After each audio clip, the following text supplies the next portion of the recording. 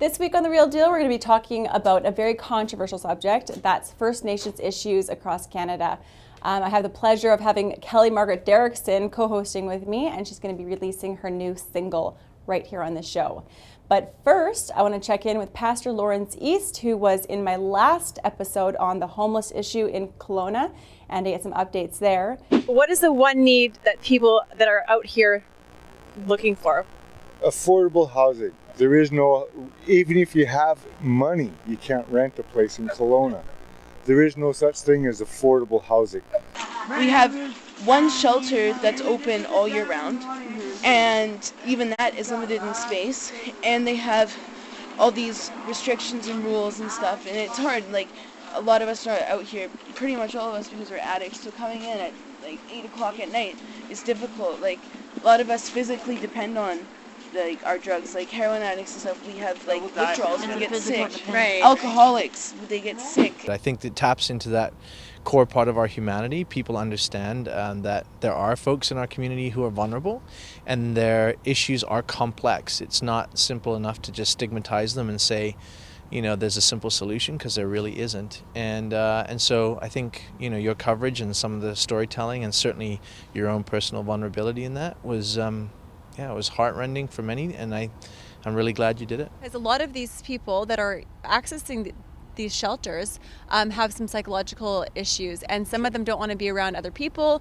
or they have behavioral problems that haven't been treated. I personally, I share a bedroom with my wife. I don't know if I want to share a bedroom with more than one person, certainly not 16 or 20 people. And if I have mental health issues, anxiety, paranoia, a sense of claustrophobia, maybe it's, you know, any one of those things combined, a bunch of those things combined, and you're asking me then to share a room with a number of other people who struggle with the same thing. Yeah, strangers who you don't necessarily trust, or you're fearful of your belongings. All of those things compound with addiction, with a prolonged sense of homelessness, with a lack of sleep. And, you know, you're talking about a cauldron of emotion and all these sorts of things. Yeah, of course there's going to be behaviors that exhibit that are antisocial and disruptive. And so I don't know whether anyone was forced to go out and sleep outside, but if they were violent or if they threatened to, or if they chose, well, yeah. Absolutely. I saw in your interview, some people were saying, well, no, I'd prefer not to be in that environment. I prefer to almost freeze to death than be in there. Yeah, it's not a great set of options. Right. You know, being in one of those places or being at risk of freezing to death. I personally wouldn't want to have to choose with either of those. I've often been asked, you know, do I like the fact, because we work with the homeless community so much, do I like the fact that people are homeless? No, of course I don't. I want everyone to have a home. We're committed to that. We want to work in partnership with other organizations so that every single person in our city should have access to a home, not just a shelter, but a home. You know, statistically, we're told that the average Canadian is 2 months from bankruptcy. That's the nature of our credit culture. So, you know, it's we hear the phrase, but for the grace of God go I. That notion that actually many of the folks that experience homelessness have made some choices, sure, that might have led down that road where they're at risk in terms of their lifestyle around credit and debt and all those sort of things. But some of them have experienced tremendous personal loss. You know, somebody's marriage has fallen apart. All sorts of different things have led them to a place where they've encountered homelessness. Not many people show up on the street because they are in addiction, or, you know, often that's a compounded sort of experience that happens to them when they experience homelessness, because they need a way to deal with the pain. They numb the pain. And escape. Yeah, so for a proportion of the street community, that's their reality, and it's not necessarily something that started with addiction, but certainly that's become part of their lifestyle. One thing that really touched my heart and really opened my eyes was how many people on the streets are from the foster care system. Yeah. So that they've gone from house to house, and then they are just released when they hit a certain age, and they don't have the tools to figure out how to do life. What's the situation there? Yeah, statistically that number is very high. We don't know for sure, but I would say anecdotally our experience is somewhere between 80 and 90%. So conservatively, I'd say 8 out of 10 people on the street have gone through the foster care system.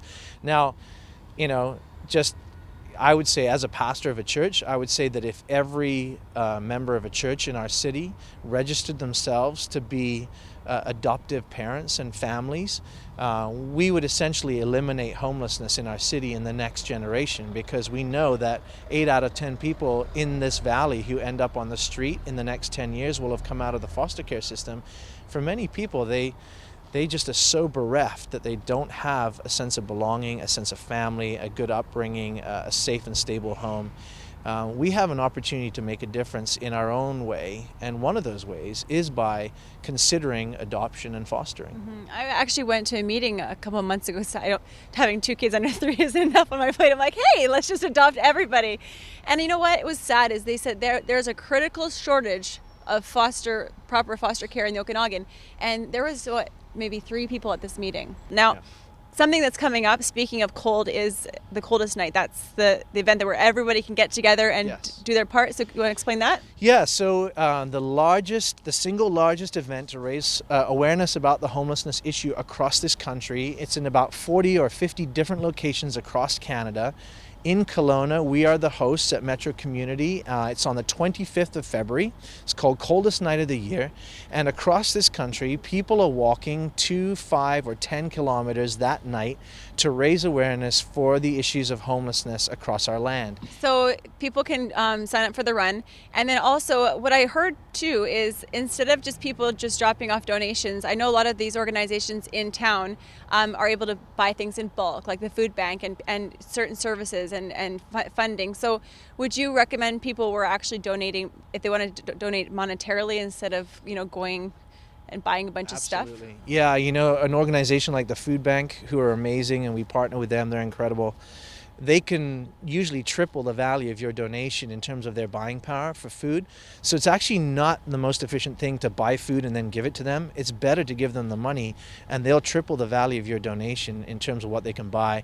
And that's probably true for us too at Metro in terms of when we're buying stuff, because we'll buy it in bulk with other organizations, and we try and stretch those pennies as far as we can. And even on the night at Coldest Night, if people want to bring something in the form of a donation, of course we'll gladly take it. But I think gloves, toques, sleeping bags, those are the best pieces that we'd love for you to bring. And if you bring some right now for Doug, because Doug looks like he could do with some right now. So. Doug needs some gloves. Okay, and is there a website where Yes, people can sign there up? is. So it's coldestnightoftheyear.org or cnoy.org. Okay, well, thank you so much for coming out in the cold and for everything you're doing with Metro. I think it's awesome, and we support you. Thank you so much. Okay. Appreciate it. Yeah.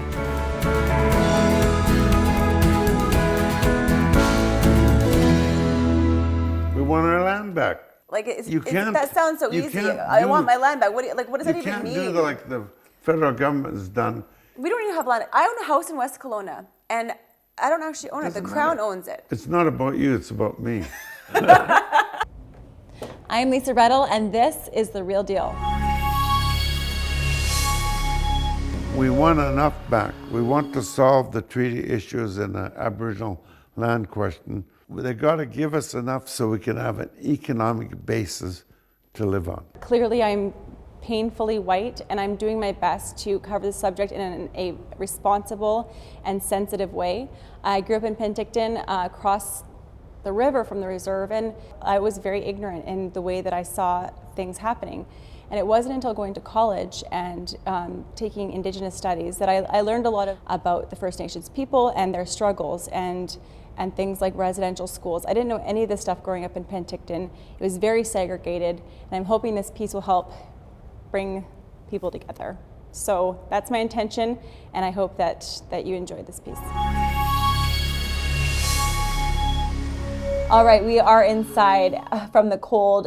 Someone who even got a bit further away from the cold is my co-host, Kelly Derrickson. Hello, everybody. Nice to see you all in the Okanagan today. I'm in sunny Palm Desert, California. Yeah, we're all jealous. We're all freezing. So I'll be catching the next flight over there. Yeah, you should come and visit. I It's nice will. and warm. You'll love it.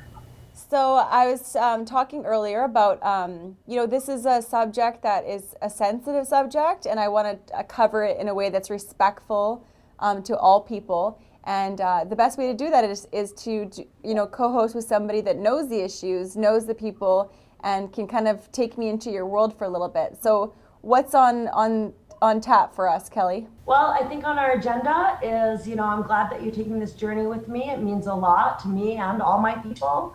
So today we're going to interview my dad, Grand Chief Ron Derkson. We'll go up to his office and interview him. You can ask him some questions and get a real one-on-one personal view of what he went through as a child, being a Native child growing up in this community.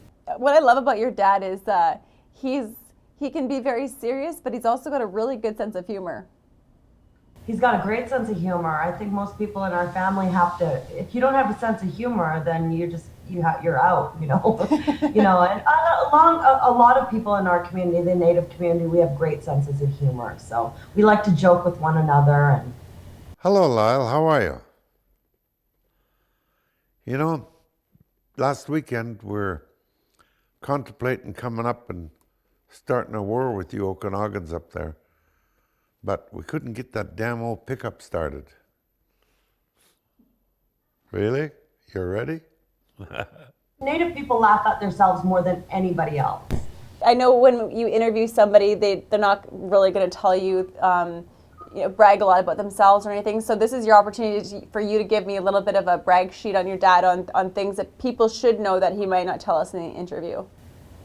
Yeah, lots of people know him as a really tough businessman, and actually he's like one of the most generous, caring people I've ever known, and he's my hero.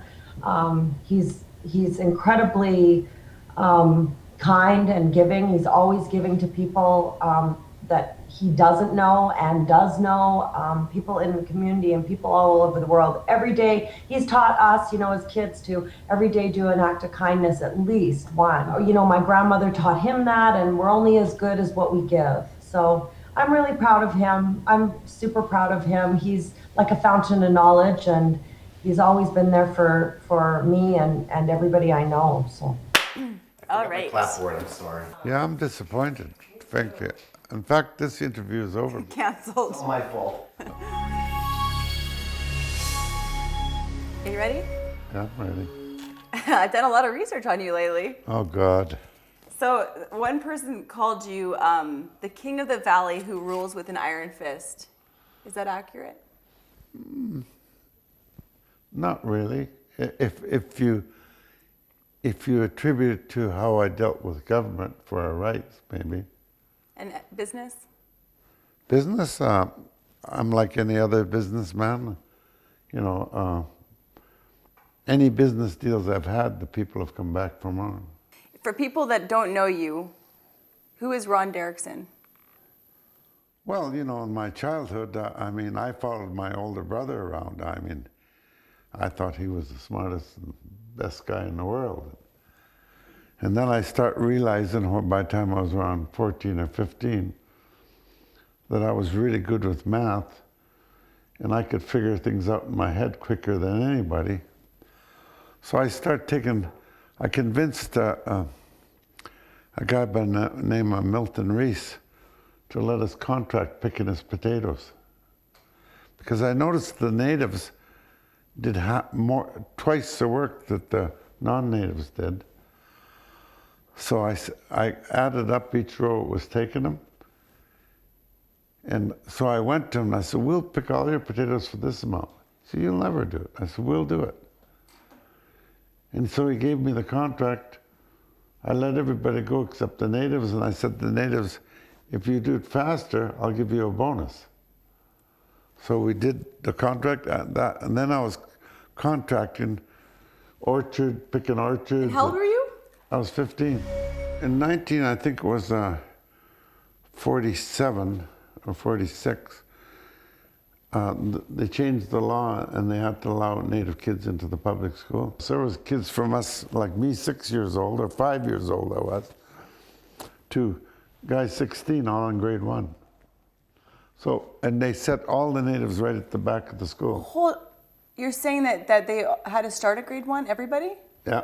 Didn't matter how old they were? No, because we'd never been to school. Most of them had never been to school. Right, so what was that like? Some of them were in residential school. Yeah. And they were still there then. So what was it like? Probably the most trying, especially for me, because I was little and skinny. And, you know, I got beat up every day until my uncle taught me to box. But the deal was I couldn't beat up anybody until he was finished the training. The training was really showing you how to box, but also how to not become a bully. Right. So after the 6 months, when he said I was ready, I went up and beat up everybody that beat me up. And how did that go for you? That was good. You know, I got thrown out of the school for a few days, but my grandfather then told me, he said, you know, Ron, if you act a little crazy, nobody will fool with you. So I've been acting crazy for most of my life.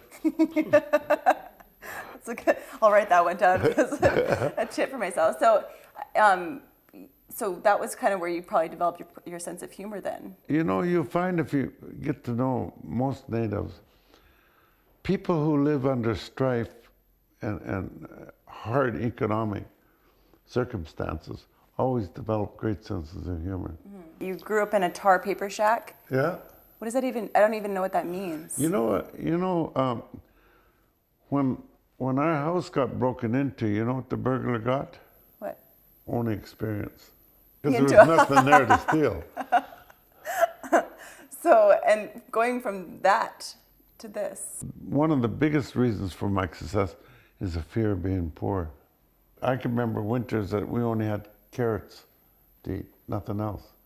What do you think is different between your childhood though and some of the natives growing up in other reserves who are, you know, the suicide rates are so high and things seem so hopeless in those places? What was the difference with you that allowed you to succeed? Well, number one, I'm in a great area. I mean, the Okanagan's a great area, so there was opportunity here. Some of the kids that are committing suicide, there's nothing there, literally nothing. No decent housing, no safe housing. The water's full of mercury. The fish are poisoned. The elk and the reindeer and the moose are gone. They have no hope. What's the solution for them, do you think? If you can't be a man, you can't make your wife proud of you and your children proud of you, you will go to the next level. Right. And that's comfort, something that comforts you. Yeah, alcohol, drugs. So what do you think that we can do as a nation to help those communities? Give us our land back. Playing the devil's advocate here, for people who are saying things like, well, every land on earth has kind of been taken over by somebody. You know, what's the difference here with the land here and these disputes? If you take the land over by a war and you defeat the opposing party, it doesn't change it. I mean, right is right and wrong is wrong. But in Canada's case, there was never any war. In fact, the Indians fought for the British. And when we come back from war, our land was given to the other veterans. If they want Indians to be successful and be part of Canada, they have to give them the economic means.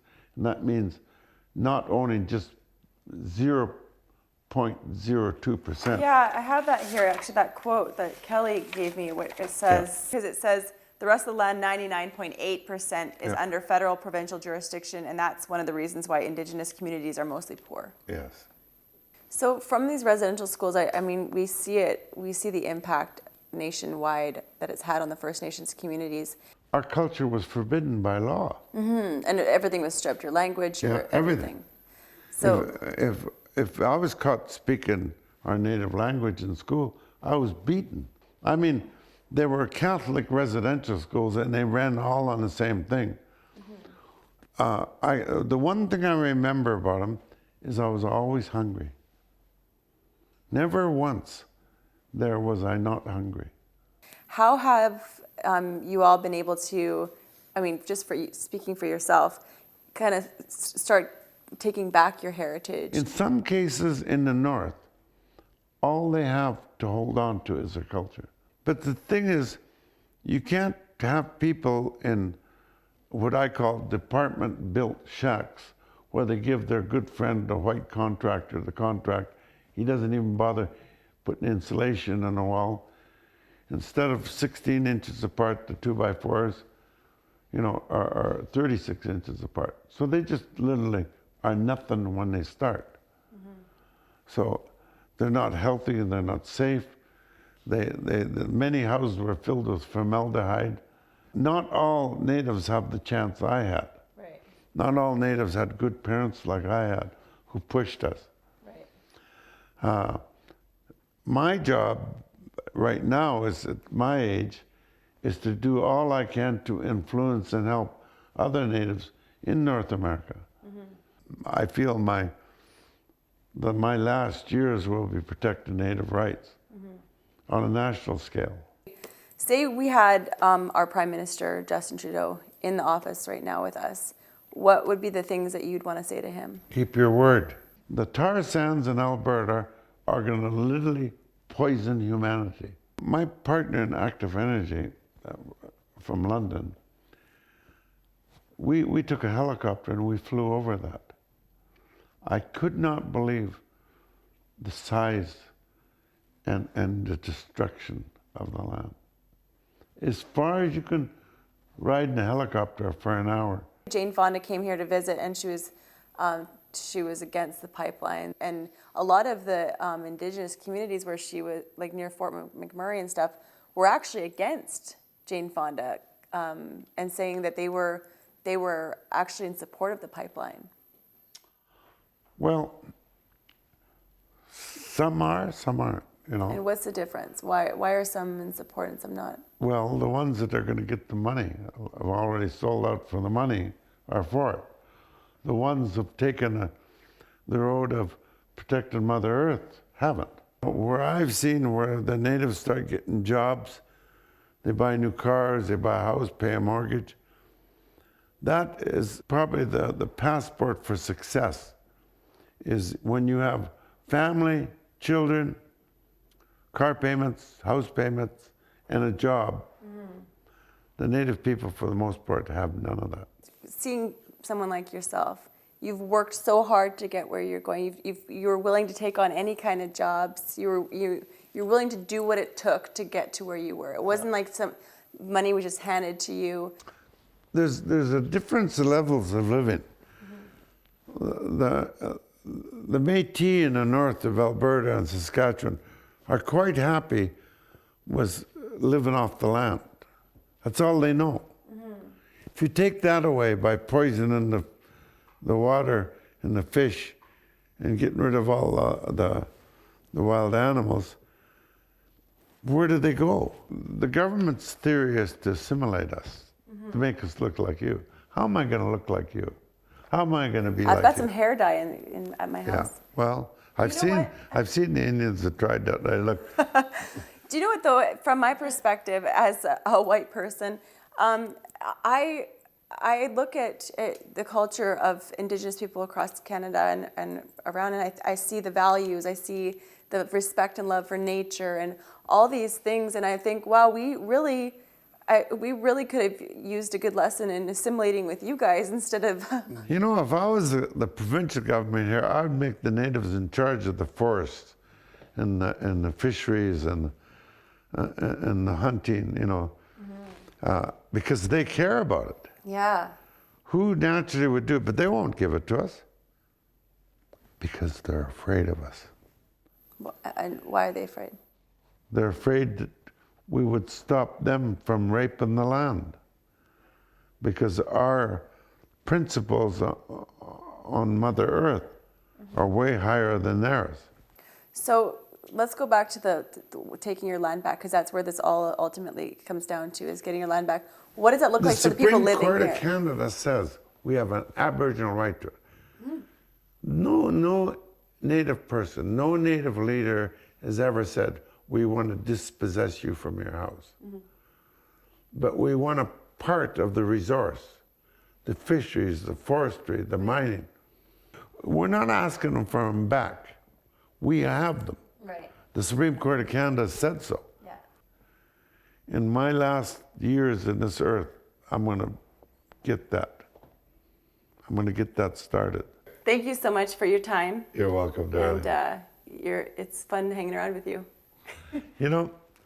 I told you before, and I told Kelly, Of all the things you did and I watched, I was most impressed by that thing with the people on the street.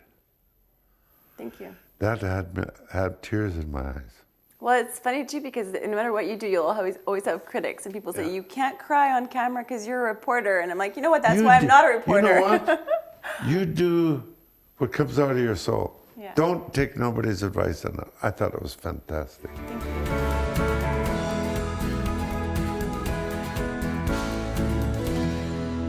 Our next interview is going to be also in your dad's office.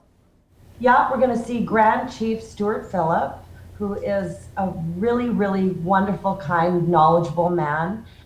He is also the leader of the Union of British Columbia Chiefs. And so it'll be a really different take. They're two different personalities. My dad's very outgoing and outspoken, whereas Grand Chief Stewart Phillip, they both really see eye to eye on a lot of issues, but you'll see them, kind of deliver them in a completely different way because their personalities are so different.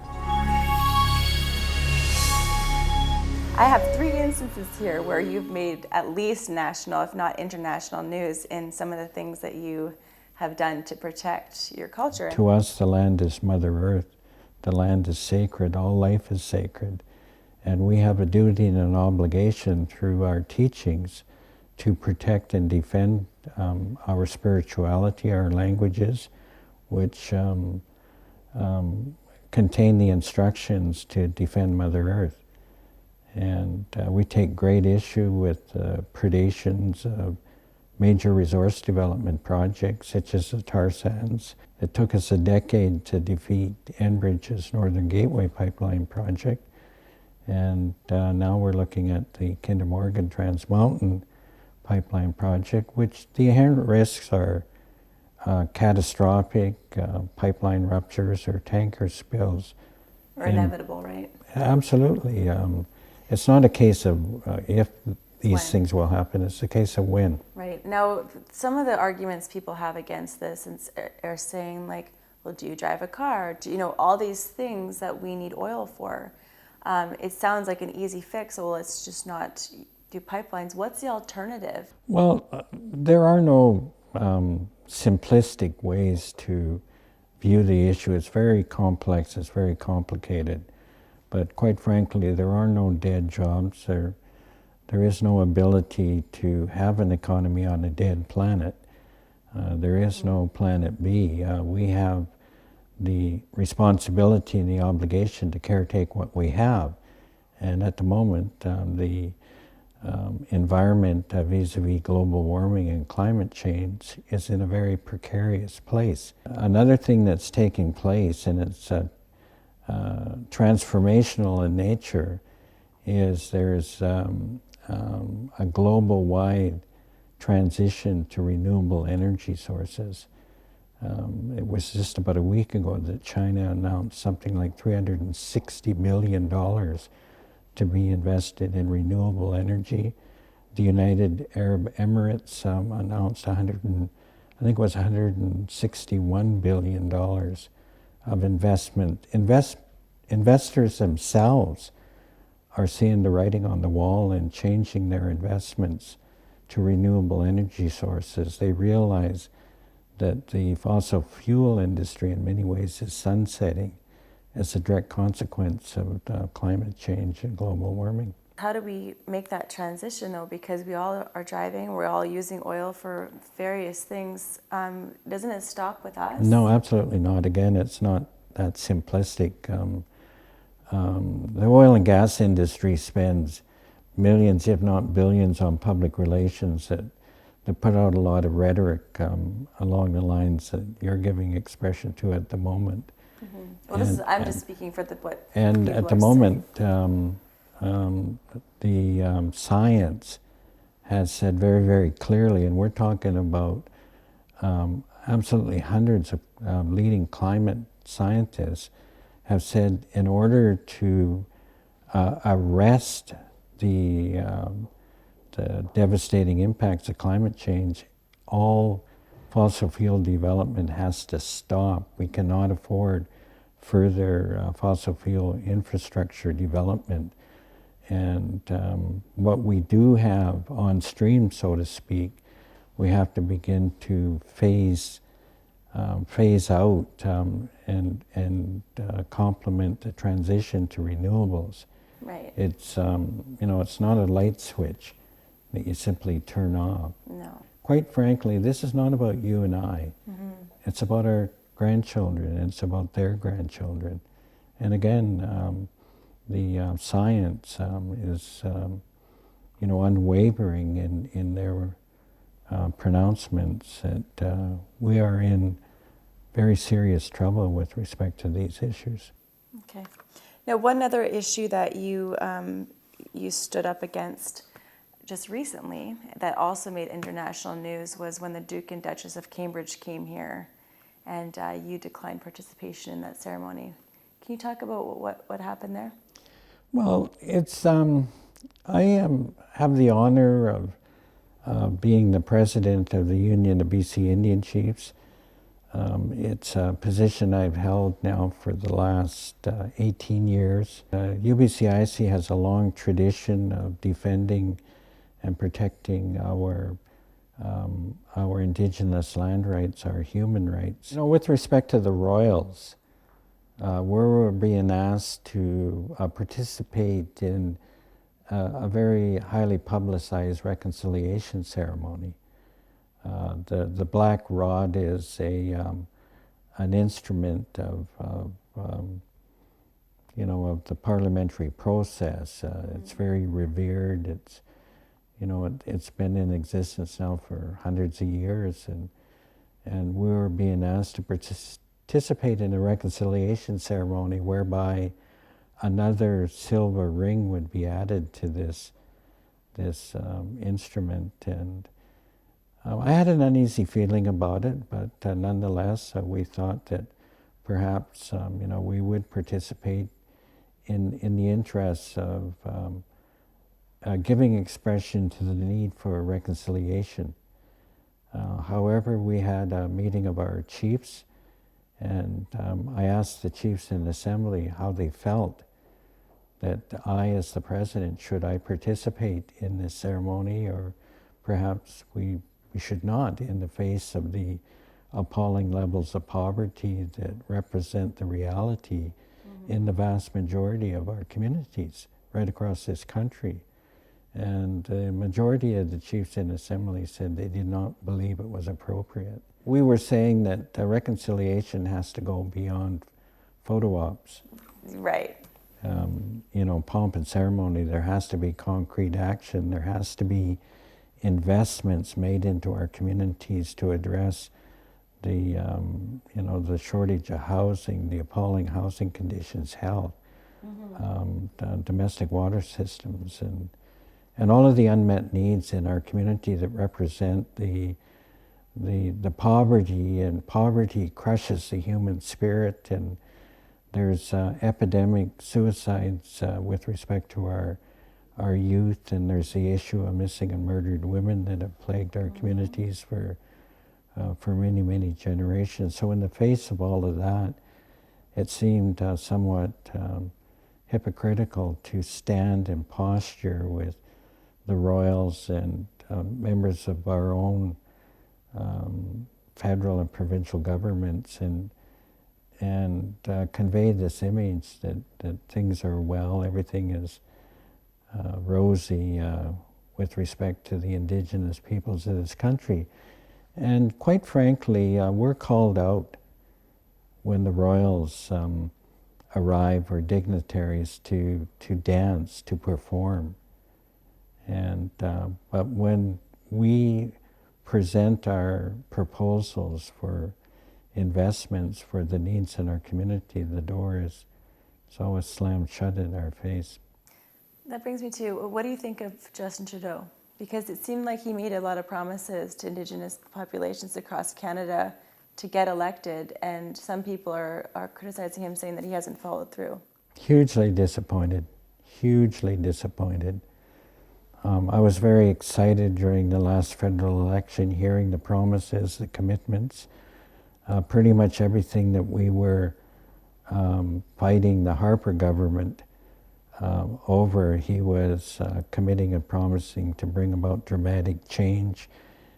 He said that nothing was more important to him than his relationship with the Indigenous peoples of this country, that it was going to be a priority of his government.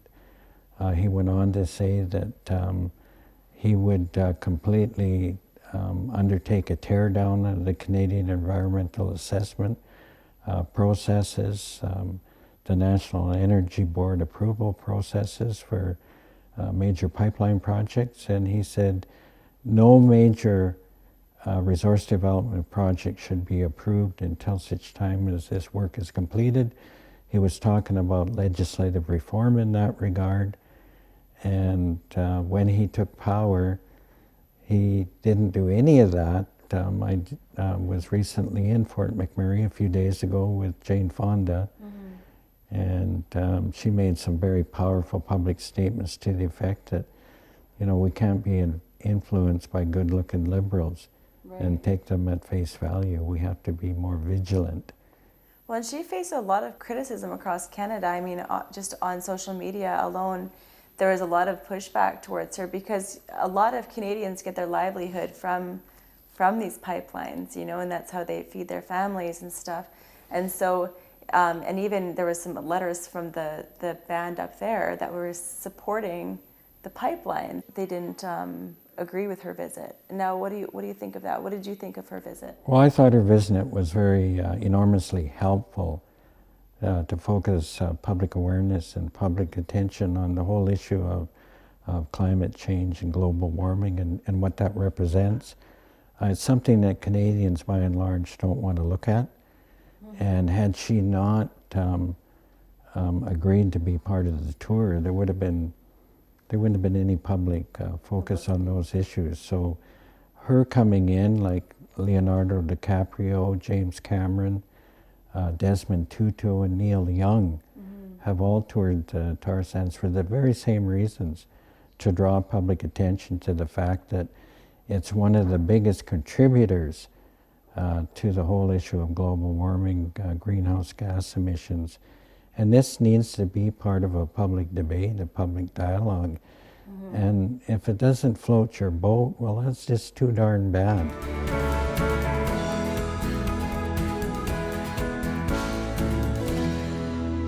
We're gonna go see Clarence, Louie, and he's at Inkamip Winery, where they have an incredible resort, hotel, the restaurants, as we all ate there, it's fantastic. The food there is really good. It's and amazing. Obviously, they are featuring, you know, incredible Indigenous wines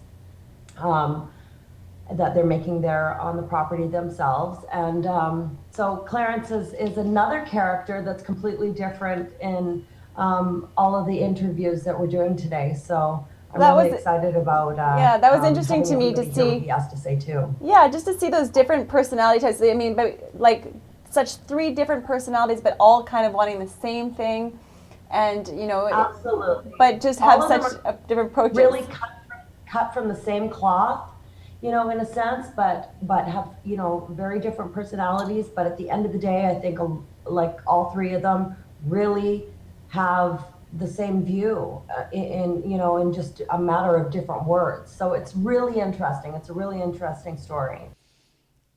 Well, I firmly believe it starts with the land. I mean, the whole issue, the native-non-native relationship, whether it's the US or Canada, or even South America, or even in New Zealand or Australia where I've been, the issue with the people from overseas, usually the French and the English, has always been about land. That's what it's always been about.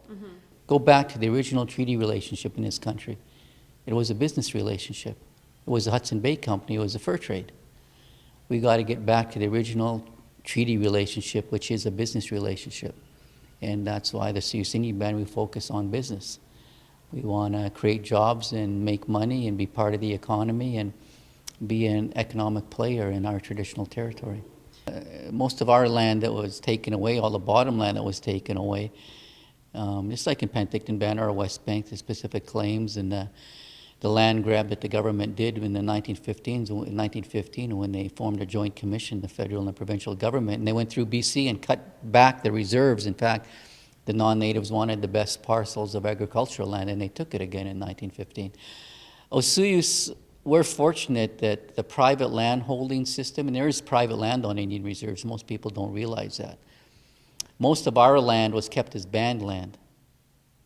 So all the projects we've done in Osuyus, on the Osuyus Indian Reserve, has been done on band land, not individual private land ownership owned by band members.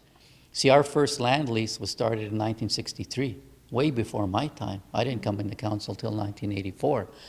And our first business was in 1968. So we're probably one of the few bands that can put up their hand and say, we've been into economic development since the 60s. Right. The national and provincial issues are important, but I let members of council go to those tables. Right. I like focusing on creating jobs and making money for the Osuyus Indian Band. And you know, we still have the same social issues that most reserves have, but because of the jobs, we're probably 80 to 90% of my people are hard-working, self-sufficient, and they love their work. But we still have a 10 or 20%, 10 or probably 10 to 15% problem crowd, and it's mostly all those that can't get their life centered around a job. And what comes first, the chicken or the egg?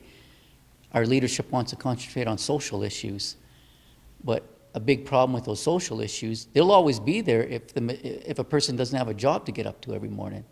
How do you sober somebody up? Maybe they're drunk because they don't have a job. And maybe they're on welfare, and living on welfare, and a cycle of welfare has caused the majority of their social problems. That's cross-cultural, that's not just... Yeah, but what did one good leader say? It wasn't me, it was a white person. The best social program's a job. When you're poor, who pays attention to you? Not many people. But when you're not poor and you're part of the economy, you have the eyes and ears of mayors and councils, you have the eyes and ears of business people. Anything, I don't care what you're talking about, whether it's recreation, whether it's health, whether it's spirituality, everything costs money. Everything does. Spirituality costs money. I see some pretty rich churches being built on our land. Everything costs money. And when it comes to recreation, who always supports the hockey teams or the soccer tournaments? It's the business community. That's who I like hanging around. I hang around the business community. Politicians are okay to hang around. You got to hang around them because of politics. But I spend most of my time around business people because I know that's where the action is. I know that's where you improve people's lives. It's from the business side of the equation.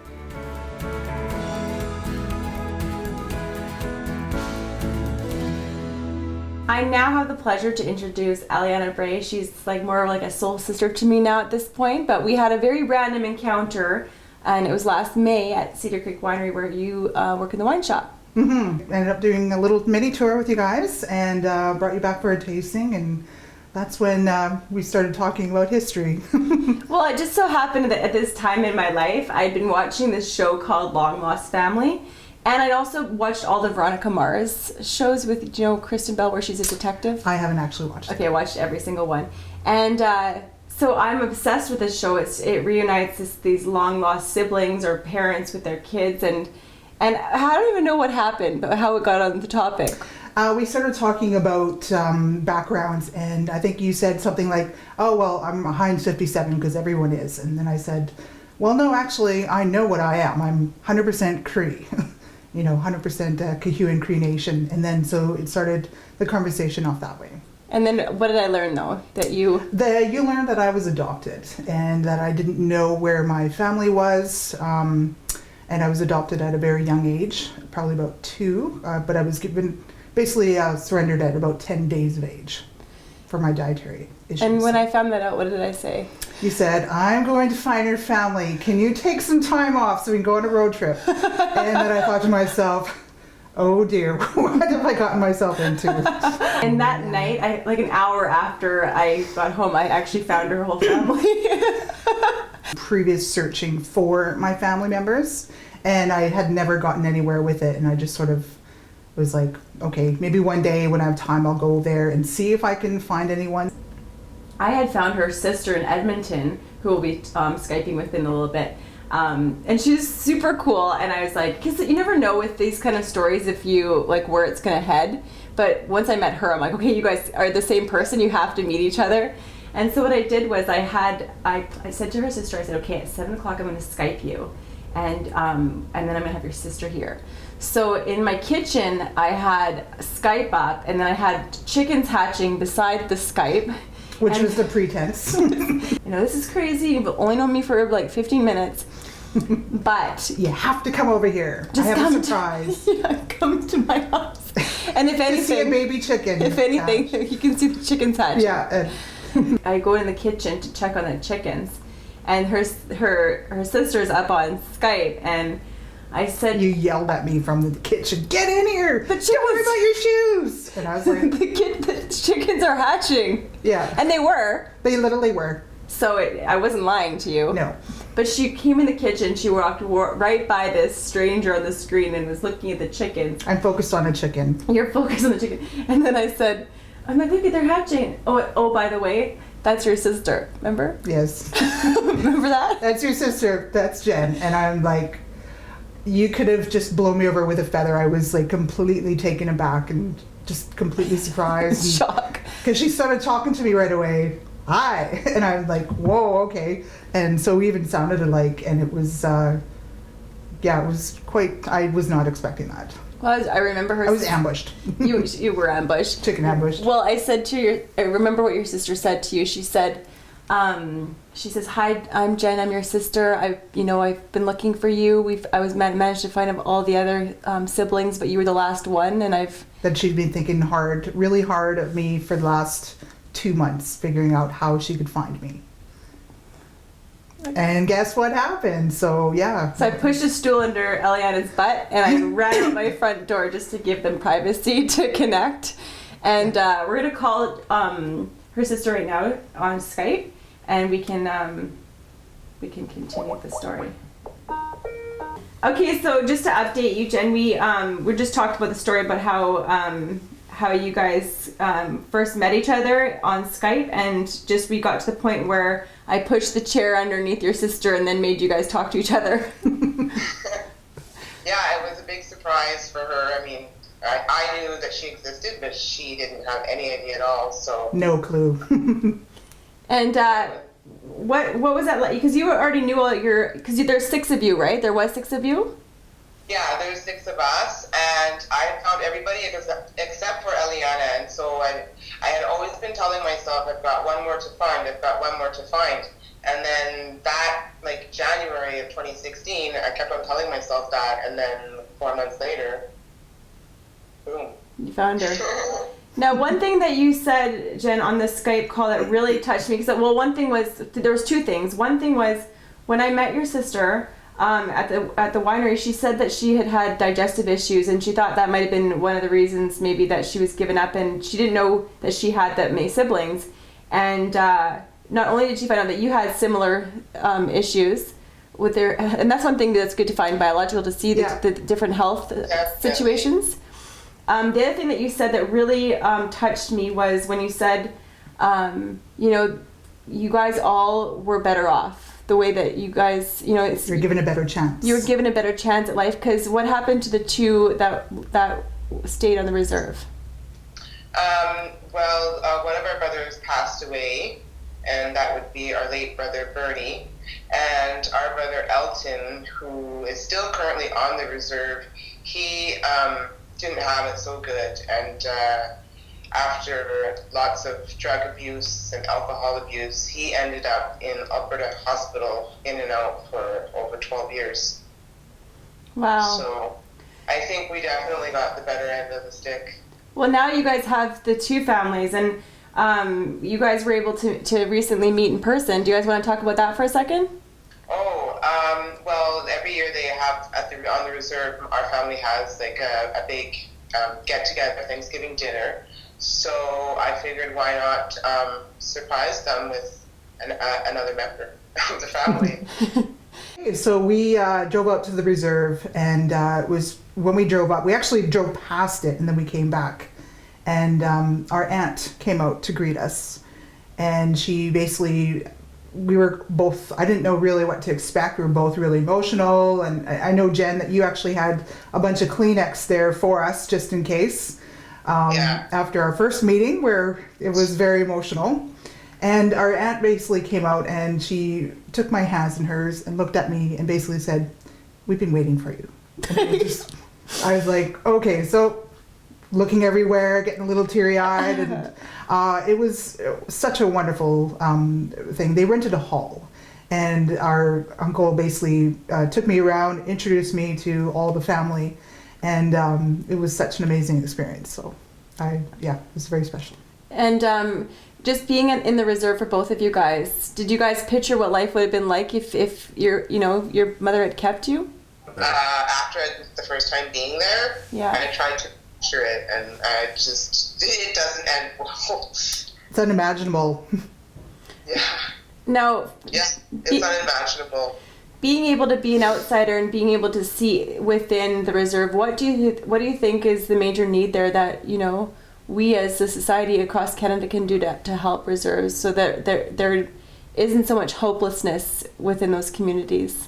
Everybody deserves clean water, and it's amazing that like half the people on the reserve have city water and the other half don't. I think it's time for us to get together and give them uncontaminated water. Okay. And growing up, did you have any difficulties in school and things like that? Absolutely. There was a lot of racism in rural Alberta. I was the only black kid in the school. Because they don't see Native, they see black first. Right. So you're half black and you're half Cree. Okay. And what about you, Eliana? What was that like for you? It was about the same as Jen was saying. In rural Alberta, I grew up in a very small oil town in northern Alberta. And even within my own adopted family, I had stepbrothers and stepsisters that were racist towards me to my face when I was a little kid. And growing up with that and, being called the little brown kid, and it wasn't obviously good for the self-esteem, which I've since come past that now, so. Well, it's interesting, though, to see that you guys are both, like, beautiful, confident. You guys seem like you I don't know, you just both seem to have a really good head on your shoulders. What do you think contributed to that? I think being adopted, as Jen and I were, we were given a better chance. And it's like, well, what are we going to do with our own lives? So we have our own goals. And one of them, which I didn't imagine before, was having an extra family with my lovely sister here. So, and not all of our siblings and aunts and uncles. So I think just being a better person, being a really good example, and seeing what we can do for ourselves and our community. And to empower everybody. Now, what about you, Jen? What is it like having a new sister? Oh, I love it. And especially, it's almost like having a twin sister because we look so much alike. So I'm just pleased as peaches.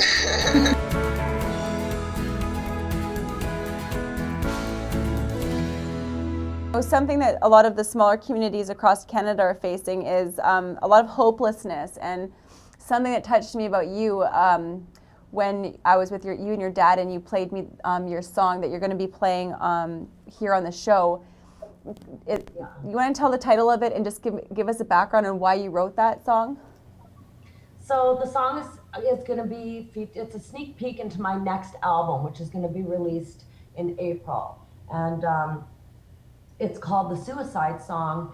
And that song I wrote because my dad and I were talking one day, and it really stemmed from something that came out of his childhood. And he said to me, and this is a real personal thing in our family, but growing up for him as a Native boy, there was very little hope.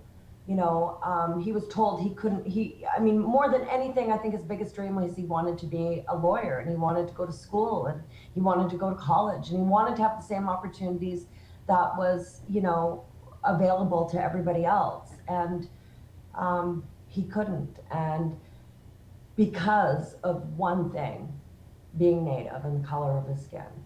So as a young boy, he wanted to commit suicide, as so many of our Native children are out there right now contemplating it, doing it. The suicide rates for our Native people have never been worse in Canada. and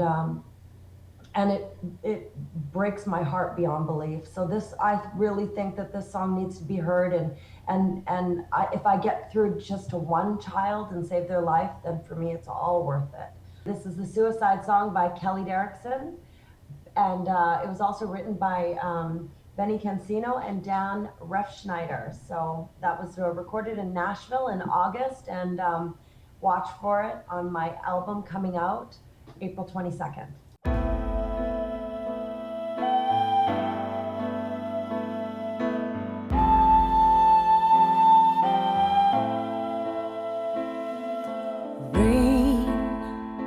Falling down, but there's a storm going on inside.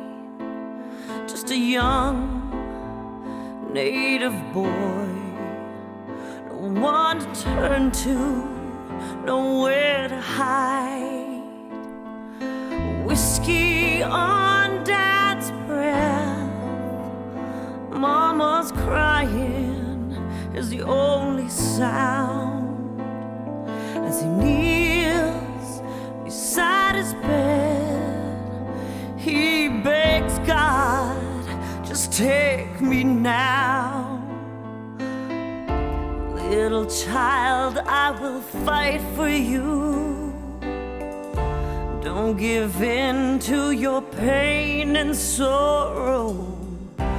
Rise up, warrior children, rise up, be the change.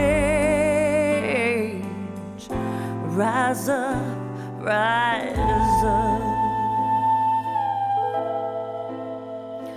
just a young native girl, hurt by another man, she's lost all hope. She takes a bottle of pills, don't wanna hurt no more, no she can't cope. Little child, I will fight for you. Don't give in to your pain and sorrow. Rise up, warrior children, rise up, be the change. Rise up. Don't give up the fight, just make it through the night. Take my hand, let's circle around the fire. Break the chains, for God's sake. Hearts full of amazing grace. Take my hand, let's circle around the fire.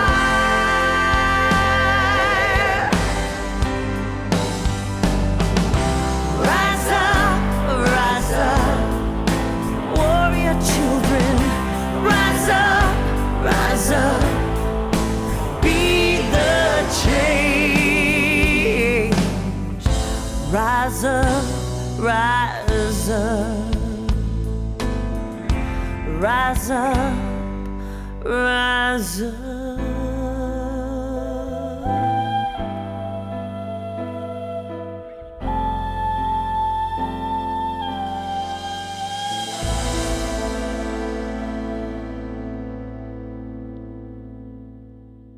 Well, love you, Kelly, and I really had a fun time with you. Had a fun time with you too, Lisa. Mwah. Mwah. Take care. Okay, Mwah. bye.